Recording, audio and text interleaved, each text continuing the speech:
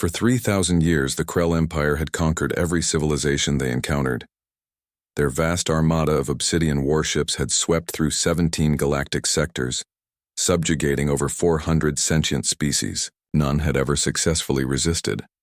The Krell's technological superiority was absolute, their tactics flawless, their determination unmatched. Admiral Vex stood on the command deck of the inevitable conquest, watching the small blue planet grow. Larger on the viewscreen, Earth, the homeworld of the curious bipedal species that called themselves humans. Intelligence reports suggested they were fractious, disorganized, and technologically primitive, perfect for assimilation into the Empire. Status report, Vex commanded, his forearms folded behind his back. Standard approach vector, Admiral, replied Commander Malk. Their primitive detection systems have only just noticed our presence. They are attempting to communicate.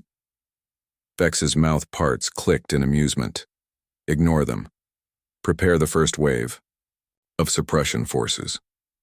Follow the standard protocol.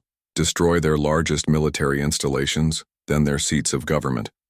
Once their leadership structure collapses, they will surrender like all the others. The Krell had refined their conquest strategy over millennia. No race had ever withstood more than 3 waves of attack. Most capitulated after the first. Earth's military response was predictably futile. Their primitive jet aircraft and missile systems couldn't penetrate the Krell's energy shields. The humans' nuclear weapons were neutralized mid-flight by the Empire's disruption fields. Within 6 hours, the Krell had destroyed the majority of Earth's military bases, government buildings, and communication networks. Vex watched impassively as the planet's night side lit up with explosions and fires. Curious, said Malk, studying the sensor readings.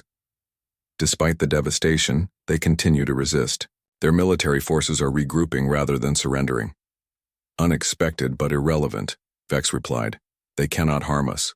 Prepare the second wave. Target their remaining infrastructure and resource centers. The second wave proceeded as planned, but something unusual occurred. Instead of breaking under the assault, the humans adapted with remarkable speed. They abandoned conventional tactics and began using guerrilla warfare against Krell ground forces. They repurposed civilian technologies to create makeshift weapons and communication systems. Admiral, reported the tactical officer, we're detecting unusual energy signatures from multiple locations. The humans appear to be attempting to reverse engineer components from our damaged vessels. Vex's outer eyelids narrowed. This had never happened before. Most species were too terrified or disorganized to mount such responses during an invasion. Dispatch hunter-killer squads to those locations, he ordered. No human must acquire our technology. But the humans proved elusive. They moved their research operations underground, into networks of tunnels and bunkers that Krell sensors struggled to penetrate. Despite suffering catastrophic losses, humanity refused. Malk observed, and they are stubborn and vague reckoning, but stubbornness cannot overcome our mind and prepare the third way, and we will escalate beyond the standard and protocol. As the inevitable conquest moved into position for the most devastating bombardment yet, an urgent alert sounded on the bridge. Admiral, multiple small craft approaching from the planet's surface. Vex stared at the screen. Dozens of human vessels were rising from Earth's atmosphere, crude, hastily assembled machines that bore little resemblance to their previous spacecraft. Destroy them, he commanded dismissively. But as the Krell weapons locked on, the human vessels did something impossible. They vanished from the sensors. What is happening? Vex demanded. Before anyone could answer, explosions rocked the inevitable. Conquest. Somehow the human vessels had penetrated their defenses, and for the first time in the long history of the Krell Empire, Admiral Vex felt something unfamiliar stirring in his chest. Fear. The battle above Earth raged for 3 days. The Krell lost 13 warships, more than they had lost in their last 8 campaigns combined. Admiral Vex retreated to a position beyond the moon, his remaining fleet regrouping as they assessed the unexpected situation. Impossible, Vex hissed, reviewing the combat footage. How did they adapt so quickly? The humans had somehow developed technology that could briefly phase their ships out of normal spacetime, making them invulnerable to Krell weapons during the transition. The technique was crude and dangerous. Several human vessels had disintegrated, during the process, but effective enough to deliver explosive payloads directly against Krell hulls. They've combined principles from our phase shields with their own rudimentary understanding of quantum mechanics, explained Chief Scientist. Drill. They shouldn't have been able to comprehend our technology, let alone adapt it so rapidly. What about the prisoners? Vex asked. The 3 humans we captured died before interrogation, Commander Malk reported. They carried suicide devices, poison, capsules in their teeth.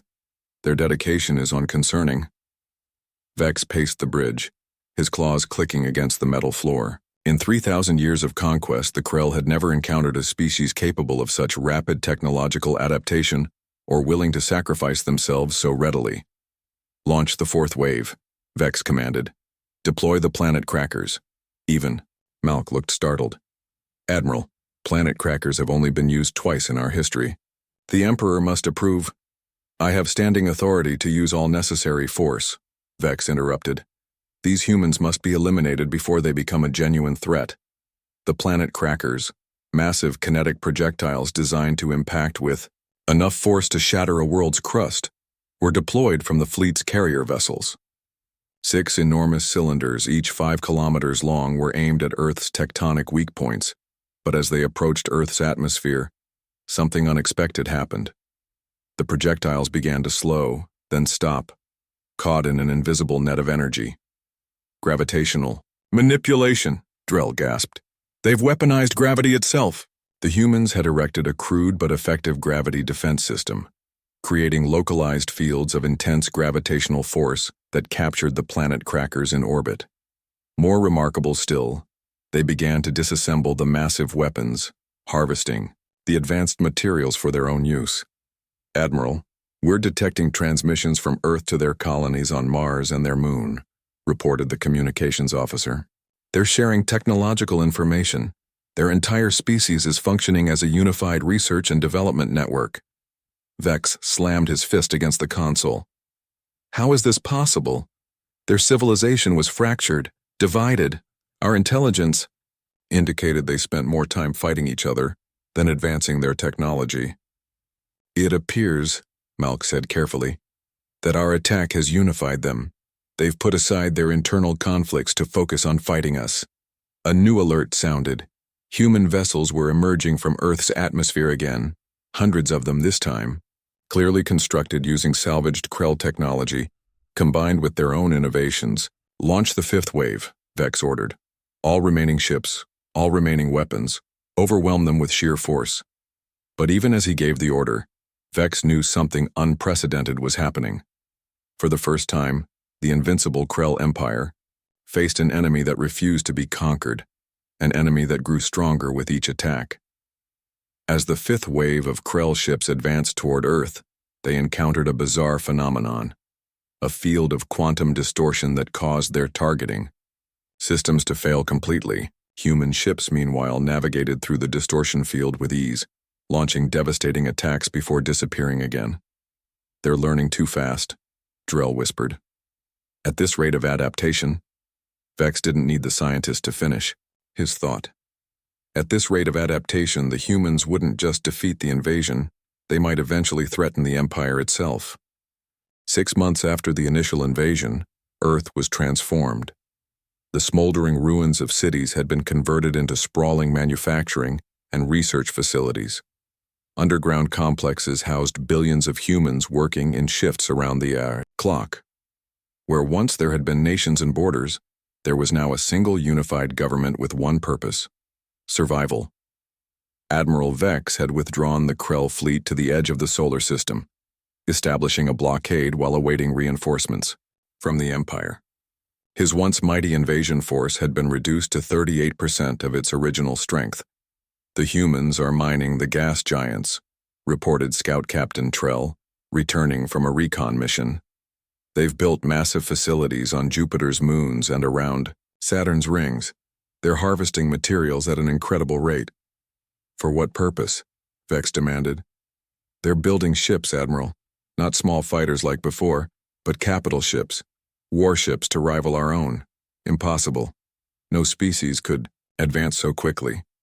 And yet the evidence was undeniable. The humans had leapfrogged centuries of technological development in mere months. How? Vex asked his advisors during a war council. How have they accomplished this? They think differently, Drell suggested. Most species we've conquered approach problems sequentially, methodically. Humans seem to tackle problems from multiple angles simultaneously. Their creativity is unsettling. And they embrace change, added Malk. Where most species resist new ideas, humans actively seek them. They experiment recklessly, accept high failure rates, and learn from their mistakes. Vex gazed at the holographic display of the solar system, watching the activity around the human worlds. The Emperor's reinforcements will arrive in 14 days. We must hold until then. But they didn't have 14 days. 3 days later, the humans launched their counterattack. A fleet of ships emerged from behind Mars, vessels of strange design incorporating both stolen Krell technology and entirely new innovations. They were led by a massive flagship, twice the size of the inevitable conquest. They've named it the Defiance, reported the communications officer, intercepting human transmissions. The human fleet did not immediately attack. Instead, it broadcast a message on all Krell frequencies. A human appeared on the view screen, a female with dark skin and eyes that seemed to burn with intensity. I am General Hayes of the United Earth Defense Force, she announced. You came to our world uninvited. You killed millions of our people. You expected us to kneel before you as others have done. That was your mistake. Vex rose from his command chair, staring at the human with a mixture of hatred and reluctant respect. You assumed we would fight as others have fought, Hayes continued. We did not. You assumed we would surrender when faced with superior technology. We did not. You assumed we could not learn, could not adapt, could not overcome. You were wrong. The human paused, then spoke her final words. We are giving you one chance to leave our solar system and never return.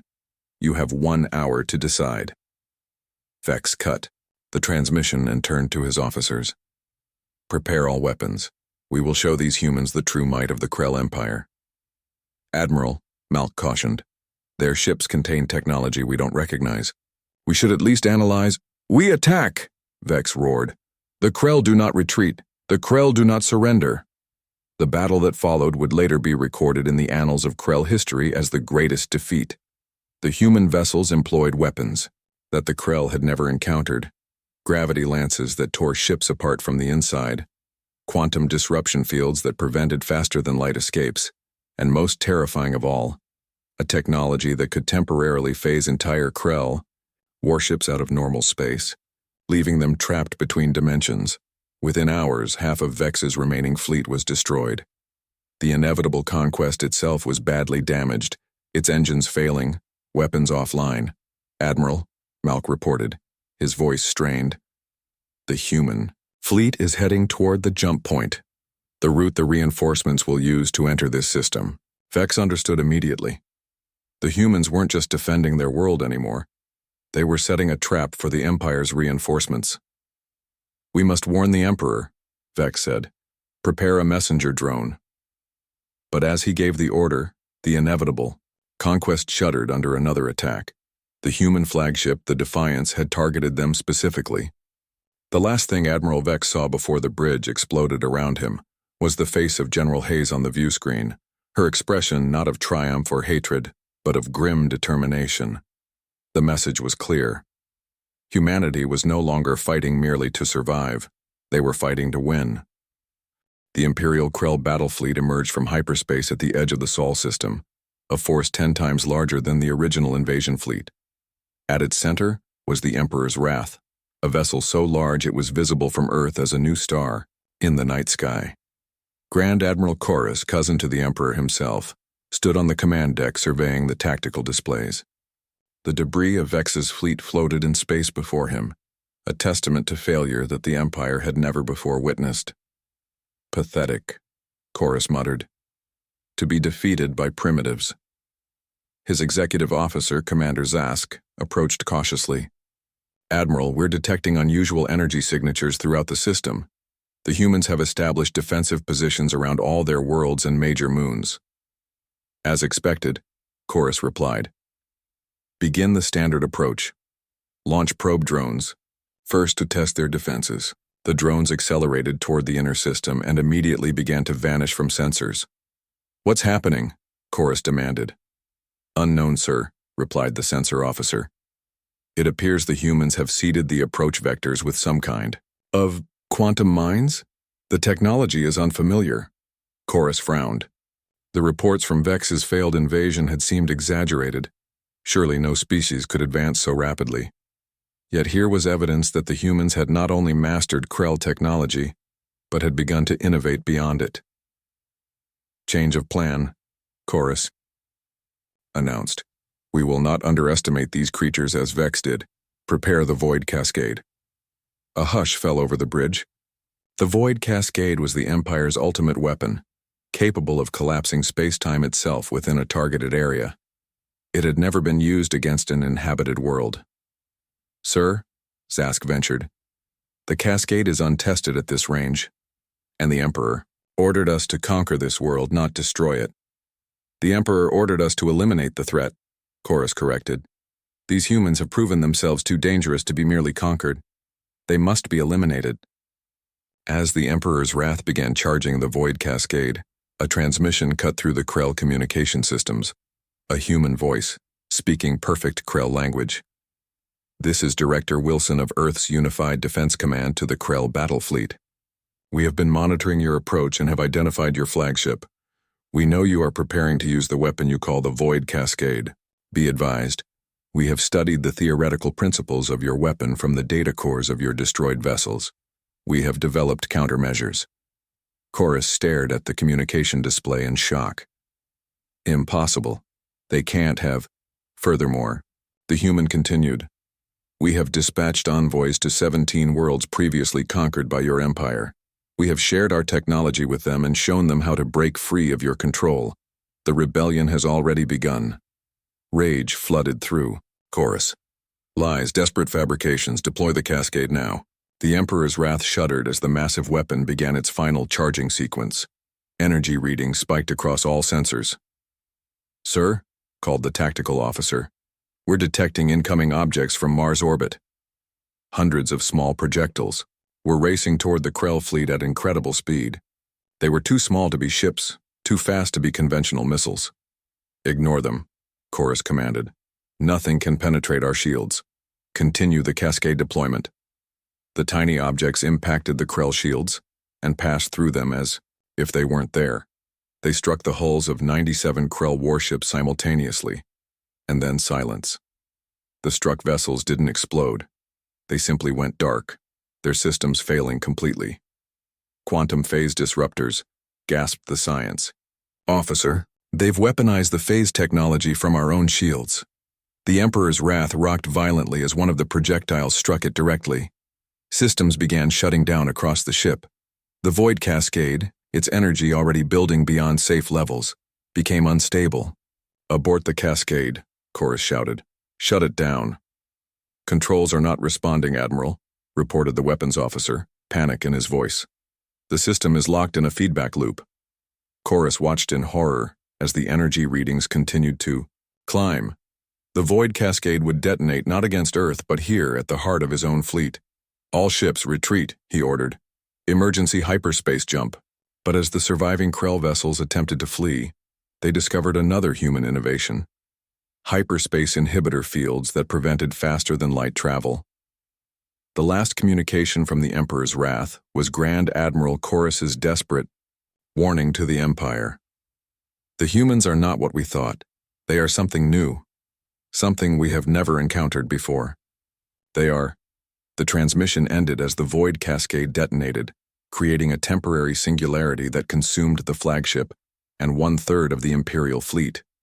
The remaining vessels, damaged and unable to escape, faced the approaching human armada with no choice but to fight to the death. For the first time in 3,000 years, the Krell Empire lost an entire battle fleet, and the human counterattack was just beginning. News of the Krell defeat spread across the galaxy like wildfire. The Empire attempted to suppress the information, but human stealth vessels had already reached a dozen subjugated worlds, sharing technology, tactics, and most dangerously of all, Ope. On Teller Prime, a world conquered centuries earlier, the humanoid Tellarians used human-provided shield disruptors to overwhelm their Krell overseers. On Vega 9, the insectoid vegan collective employed reverse-engineered phase technology to liberate their hive cities. Across the Orion arm of the galaxy, species that had lived under Krell dominion for generations suddenly found themselves with the means to fight back. The Emperor himself, Overlord Krellix the Fismari, called an emergency session of the Imperial Command. "How is this possible?" he demanded, his voice echoing through the vast chamber on the Krell homeworld. "How has a single primitive species brought us to this point?" High Scientist Jex approached the Imperial dais cautiously. "Majesty, we have analyzed the human technological advances. They are unprecedented. They've taken our technology and transformed it in ways we never considered. But how?"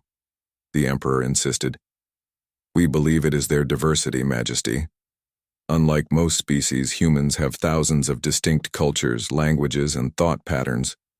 Where we see a single approach to a problem, they see dozens. Where we perfect one solution, they experiment with hundreds." The Emperor's counselors murmured among themselves, struggling to comprehend such chaos. "There's something else," Jex continued. "Their history is unusual. Most species that achieve interstellar capability have thousands of years of relatively stable development. Humans compress this timeline dramatically. They went from primitive flight to space travel in less than a century. Their entire civilization is built on rapid adaptation." Fleet Commander Brack, who had replaced the disgraced and deceased Grand Admiral Chorus, stepped forward. "Majesty, we must strike now, with everything we have. The rebellion spreads daily. Already 17 worlds have overthrown their Krell governors. We must make an example of Earth, obliterate it completely." "With what?" asked Prime Strategist Velk. "We've lost 2 fleets already. Our remaining forces are scattered across the Empire fighting rebellions, and our long-range sensors indicate the humans are building something massive in their home system, a weapon or vessel of unprecedented scale." The Emperor rose from his throne, his forearms clenched in fury. "Enough. We are the Krell. We have ruled this galaxy for 3,000 years. I will not see our legacy destroyed by these upstarts." He turned to Fleet Commander Brack.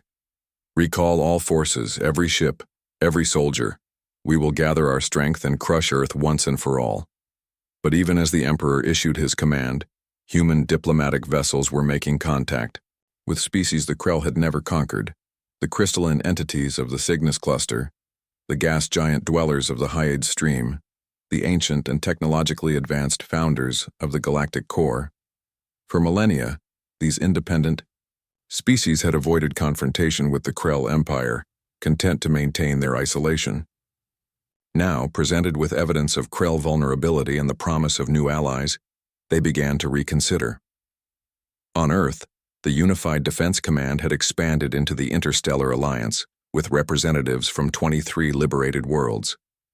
The massive construction project in Earth orbit neared completion, not a weapon as the Krell feared, but a jump gate, designed to allow instantaneous travel between distant points in space. "The prototype is ready," announced Chief Engineer Barnes to the Alliance Council. "Once we've tested it, we can begin deploying the network across liberated systems." "And the Krell cannot intercept or prevent transit through these gates?" asked the Tellarian representative. "No," replied Barnes. "The technology operates on principles the Krell never explored. It creates temporary wormholes rather than using conventional hyperspace. Their sensors can't even detect the transit signatures." General Hayes, now Supreme Commander of Alliance Forces, studied the holographic projection of the gate. "How soon until we can move our fleet through it?" 2 weeks, Barnes said. "Just in time for our planned offensive against the Krell homeworld." Hayes nodded, her expression grim. "The Emperor is recalling his forces. Our intelligence suggests he plans to gather his entire remaining fleet for an all-out assault on Earth." "Let him come," said the Vegan representative, mandibles clicking. "Our combined forces will be ready." "No," Hayes replied. "We won't wait for him to bring the fight to us. For too long the Krell have chosen the battlefield. This time we take the war to them. We strike at the heart of their empire before they can consolidate their forces. The council chamber fell silent as the implications sank in. They were planning something no species had attempted in 3 millennia, an attack on the Krell homeworld itself. Is this wise? Asked the representative from Proxima Centauri. Even with our combined forces, the Krell home defenses will be formidable. Hayes smiled thinly. They will be. But they've never faced anything like us before. And they've never had to defend their homeworld, only attack others. Trust me, these bullies don't know how to take a punch. The vote was unanimous. In 2 weeks, the greatest armada the galaxy had ever seen would launch through the new jump gate, an alliance of former victims and newly awakened powers led by humanity, bringing war to the heart of the Krell Empire. The invincible conquerors were about to learn what it meant to be invaded. The Imperial Palace on Krell Prime had stood for 5,000 years, its obsidian spires reaching toward the red sky. No enemy had ever set foot on the homeworld. No threat had ever approached its atmosphere. For millennia, the Krell had carried war to the stars while their own world remained untouched by conflict. Until now. The palace trembled as another orbital bombardment struck the planetary shields. Emperor Krellix XVIII watched from his war room as the holographic display showed the impossible, an armada of alien ships led by human vessels engaged with the home defense fleet. How did they get past our outer defenses? The Emperor demanded. How did they reach our system undetected? They used some kind of space-folding technology, explained the shaken defense minister. Our outposts never saw them coming. They appeared directly in the inner system. Outside the palace, the citizens of Krell Prime, who had never known fear, huddled in shelter bunkers. The sound of distant explosions, as the planetary defense batteries fired skyward, was alien to their ears. In orbit, the battle raged. The Alliance fleet, comprised of ships from 26 different species, fought with coordination that seemed impossible across such diverse cultures.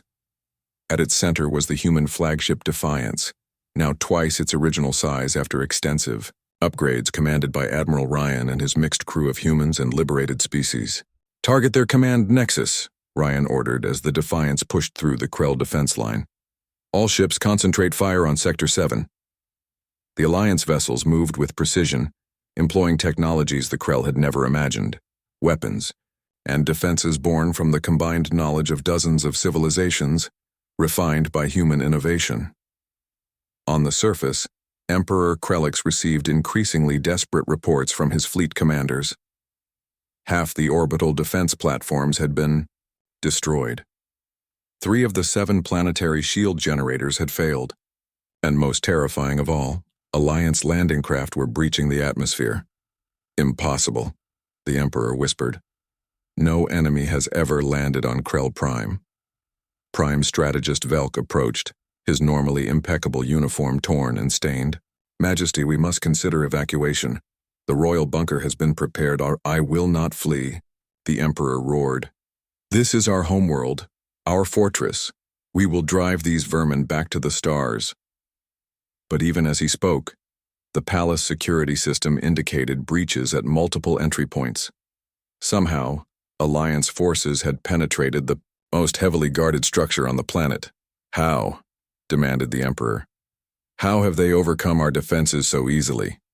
The answer came moments later, as the doors to the war room exploded inward. Through the smoke stepped human soldiers in, advanced combat armor, accompanied by warriors from a dozen different species. Leading them was a tall human male with a weathered face and cold eyes. Colonel Pierce, Earth Special Forces. He introduced himself, weapon leveled at the Emperor. Your reign ends today. The Imperial Guards moved to protect their ruler, but they were no match for the Alliance forces. Within moments, the Emperor of the Krell Empire found himself a prisoner in his own palace. Take me to your leader, Krellix demanded, attempting to maintain his dignity despite the circumstances. Colonel Pierce smiled grimly. That's not how this works. You're coming with us. As they led the Emperor through the palace corridors, he witnessed the unthinkable. His ancestral home occupied by the very species his empire had sought to conquer. Humans worked alongside Talarians, vegans, and others, systematically securing the palace and downloading data from the Imperial archives. "Why haven't you killed me?" the Emperor finally asked, as they approached a landing pad where a transport waited. "Because we're not like you," Pierce replied simply. "We don't destroy what we don't understand. We learn from it."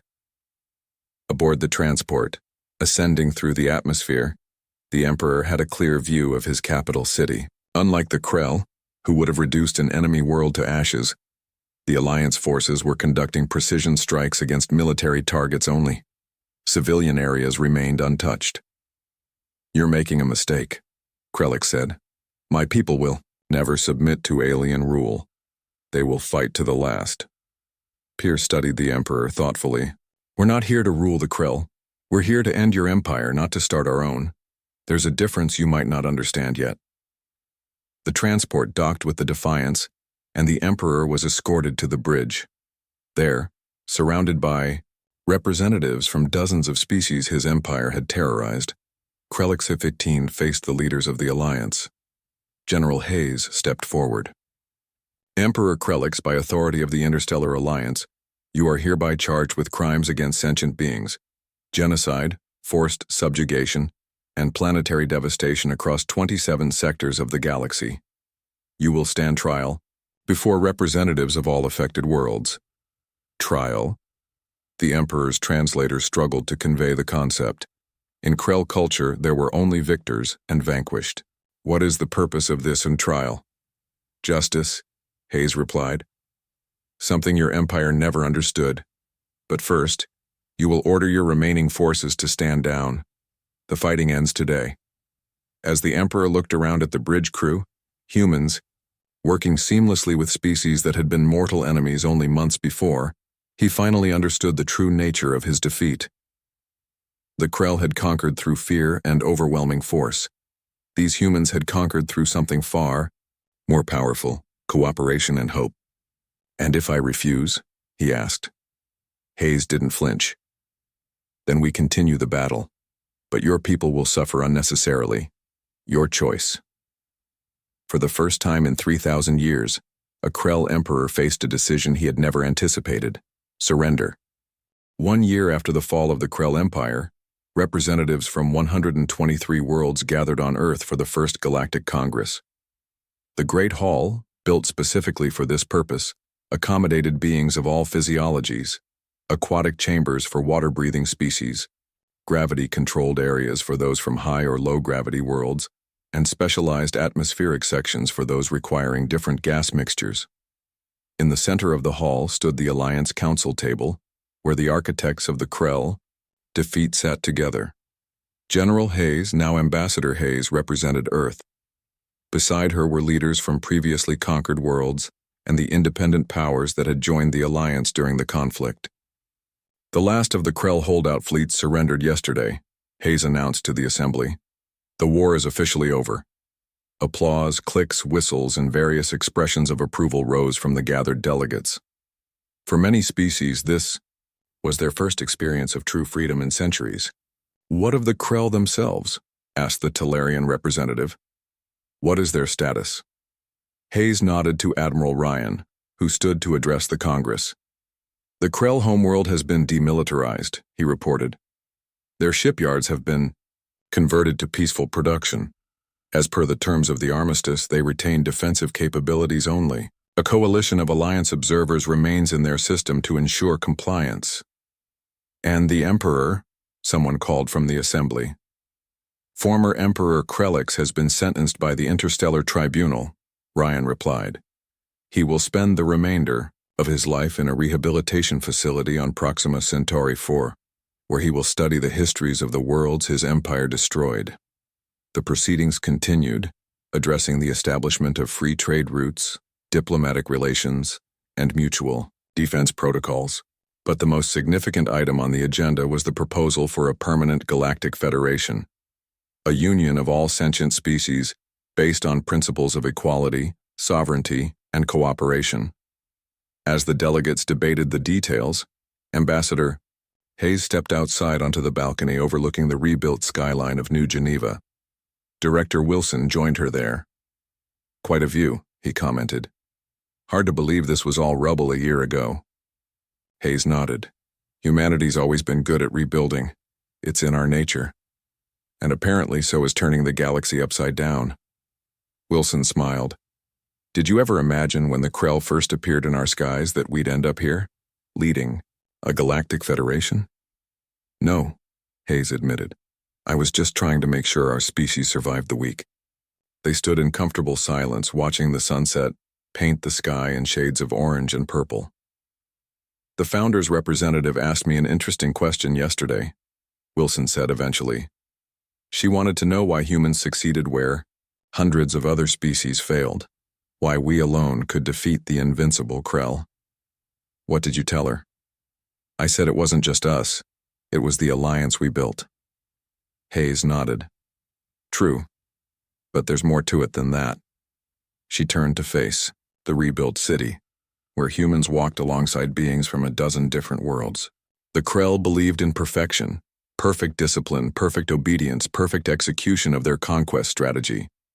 It worked for them for 3,000 years because they never encountered a species that truly embraced imperfection. "Imperfection?" Wilson raised an eyebrow. "Chaos, creativity, change." Hayes smiled. "Humans are messy, Director. We argue, we make mistakes, we try absurd ideas that shouldn't work. We come at problems from unexpected angles because we've never agreed on the right way to do anything. And somehow that mess of contradictions and improvisation produced something the perfect Krell war machine couldn't handle." Inside the Great Hall, the vote was proceeding. One by one, representatives from worlds across the galaxy were pledging themselves to the new Federation. Species that had been mortal enemies under Krell rule now found themselves allies, united by their shared experience of oppression and liberation. "The Federation Charter will be signed tomorrow," Wilson noted. "First Executive Council elections, the day after. Are you running?" Hayes shook her head. "No. My job was winning the war. Building the peace is a different skill set." A chime from Wilson's communication device interrupted them. He checked the message and looked up with wide eyes. "The Exploratory Division just reported back from the edge of the galaxy," he said. "They've made contact with something. Not like anything we've encountered before. Non-corporeal entities that inhabit the space between stars. They're requesting a diplomatic mission." Hayes laughed softly. "Of course they are. The galaxy just keeps getting bigger, doesn't it?" Inside, the assembly erupted in cheers as the final vote was tallied. The Galactic Federation was officially established, the dawn of a new era of cooperation and exploration. As Hayes and Wilson returned to the Great Hall, a Krell diplomat, one of the few who had opposed the Emperor's policies, approached them. "Ambassador Hayes," he said, his translator conveying humility in his tone. "For 3,000 years, we Krell believed ourselves invincible across the galaxy. We never imagined we could be defeated. But humanity did not just fight back. You showed us a better way to exist among the stars." Hayes extended her hand in the human gesture of greeting that was quickly becoming a galactic standard. After a moment's hesitation, the Krell diplomat took it with one of his 4 hands. "Welcome to the Federation," she said simply. Above them, through the transparent dome of the Great Hall, the stars shone brightly, no longer symbols of conquest and subjugation, but of opportunity and discovery. The age of the Krell Empire was over. The age of humanity and their allies had just begun.